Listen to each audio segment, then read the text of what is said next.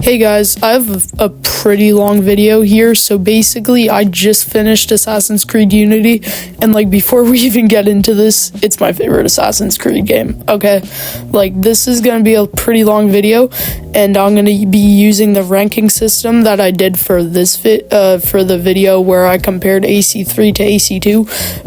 But instead of comparing it to another game, I'm just going to go through all of that stuff, and for each one of those categories I'll give it a ranking out of 10. So yeah, let's get right into it.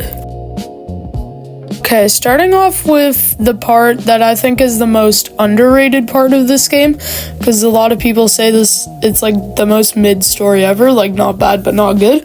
But honestly, overall, I love this story. I find it's one of the better revenge stories, because first you play, if you play it in timeline order, you play Rogue, and then you're playing as Shay, who assassinated father, and then you play as Arno, and it's a simultaneous switch.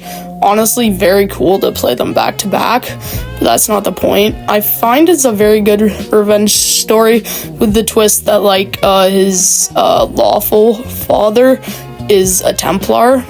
I think that's pretty cool.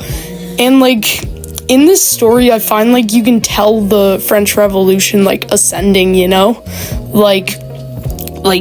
they do this mechanic where basically the further you get into the story, the more crowds and all that stuff start to form and stuff, and overall it just gets darker, and I find that's really cool, and it plays into the history of the French Revolution very well, I find, and that part's definitely really good. Another part of this story I definitely do be liking is the W showcase of the Assassin Brotherhood in Paris.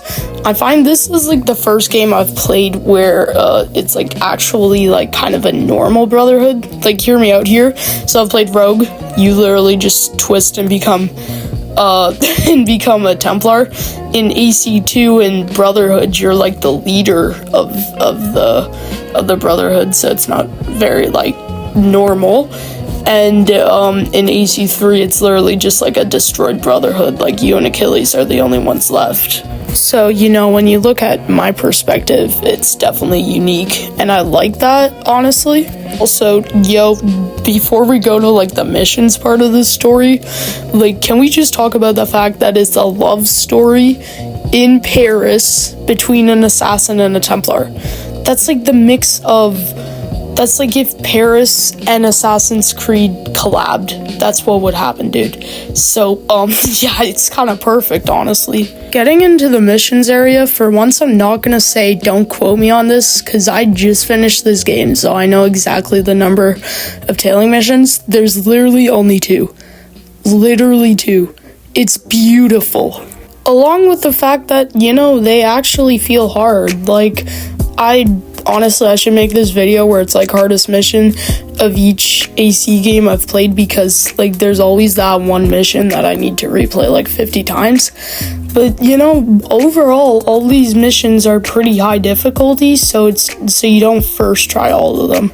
Well, I mean, I did get better at the game around the end, and I was first trying them, but for most of my game through, I had to do them at least 3 times before I got him, which is a good thing in my books. If I had to say something about the story that's 100% negative,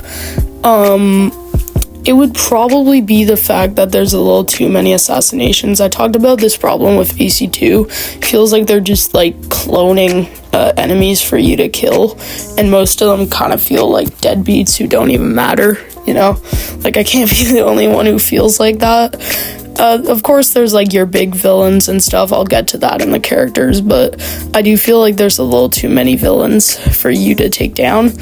And one other small negative thing, I feel around the middle, this is just most Assassin's Creed game, honestly, but it definitely started to slow down, and I got pretty bored at the game. I just had to grind through it until it got closer to the end, where it's super fun.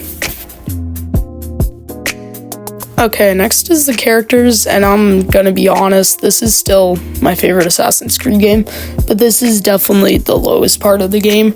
We have like a well-rounded protagonist for once. Well, I mean, I can't say for once because Ezio was pretty rich, but I like when they switched the guy from being like a brocat to like actually rich, because like, sure it's more boring, but like at least it's a change, and like he's pretty noble, you know, and all that stuff. But you also see his dark side, which is pretty cool. Also, Napoleon cameos. He showed up a few times. That's pretty cool. But onto the villains, it's not looking as good. You know, you got like Germain, who's like your main villain, and like he's honestly forgettable. I'll probably forget his name. I'll be like the Sword of Eden guy. That's what I'll remember him by.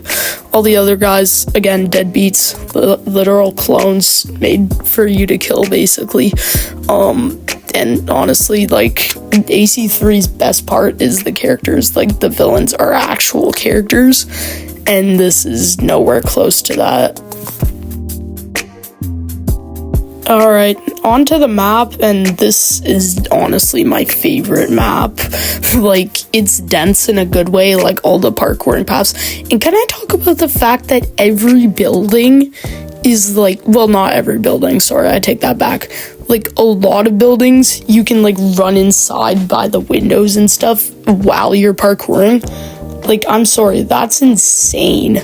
Like, just think about that for a second. None other Assassin's Creed game has done that, except for, like, it's a mission, unless it's, like, you go into the building for a mission, you know? The crowds are a bit annoying, though. I'll be honest. The crowds are pretty annoying to, like, run through. That's why I always stay on top of the buildings. Also, speaking of, like, buildings, I am so happy that Ubisoft did this. They got rid of guards on the top of buildings. Like, sure, in like a mission, if they're like defending a tower or whatever, but I mean like just parkouring, like it helps so much. I know some people just like to like run around and kill all of them, but like, bro, when I'm in the middle of a parkour run, I do not appreciate someone trying to shoot me halfway across the map. So yeah, but also, the sun is pretty annoying. It's the river in Paris, like, cutting the city in half and, like, swimming across it, or, like, finding a bridge, like, a million miles away is pretty annoying. But honestly, after living in France for 3 years, well, in Paris, yes, I did do that. Honestly, like, seeing the Notre Dame and all those, like, just Parisian architecture is honestly, like, so cool. Even though the Notre Dame did burn down while I was there, so I didn't get to see it, but yeah. Alright, on to the combat, and it's definitely my favorite I've ever played. Honestly, a lot of things from Unity is my favorite. It feels like hard, but still fun. Like all the parrying and stuff. Like, and yes, I am a sword guy, okay? like don't kill me. Also, like, yeah, it's my favorite. Alright, onto the parkour, and honestly, it's another favorite. This is, like, arguably, and most people would agree with this, the best parkour in the series. It doesn't feel like it's doing it for you, while at the same time, it's not, like, the hardest thing ever. It relies on the mechanics of going up and down, and I find it's really cool. And the animations are like so cool. All the rolls on the buildings and all of that stuff. It's absolute cinema, honestly. Okay, next we got Stealth, and this is my favorite in the series. I don't think that's saying much though, because the other games I've played is either AC2, which is Unk technology. Then you also got all the other games, but they don't really want you to play stealth in those games. So I don't think it's saying much, but it's still very good because it feels like it's relying on simple mechanics like smoke bombs and all that stuff, which were in the older games, but instead in this one it feels like it actually like wants you to use stealth. Like it's the most encouraged mechanic in this game, I'd say, apart from parkour. Well, no, it's definitely stealth.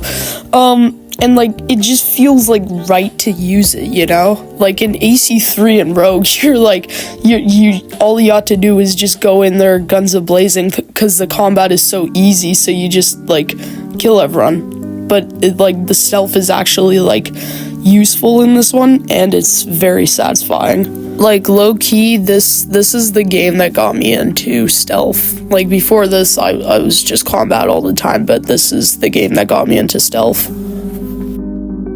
Okay, next I got replayability, and what I mean by this is, of course I'm not gonna replay the game that I just finished. I have other games to play.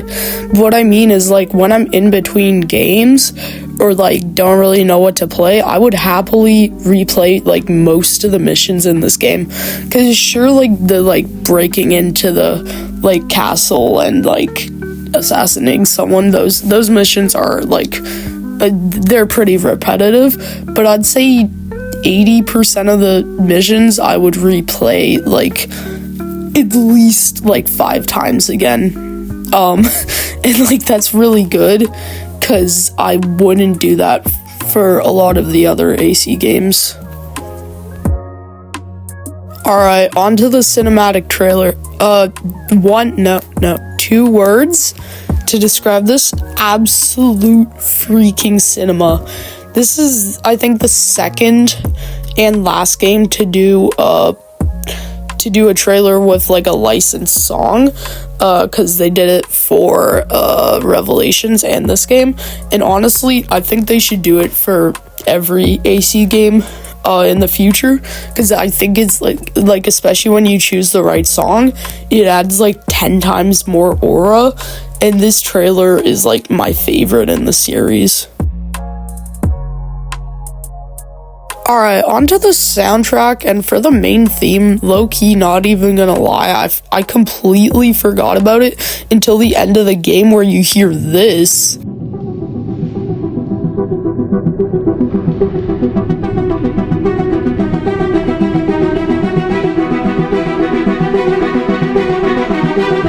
Not even lying, this theme hits so hard, dude, like for no reason. It's giving like this kind of mysterious vibe that I think suits the game like so well, because it's like all dark and gritty, the game. I love this, but I mean, of course it's not as good as the Ezio family music.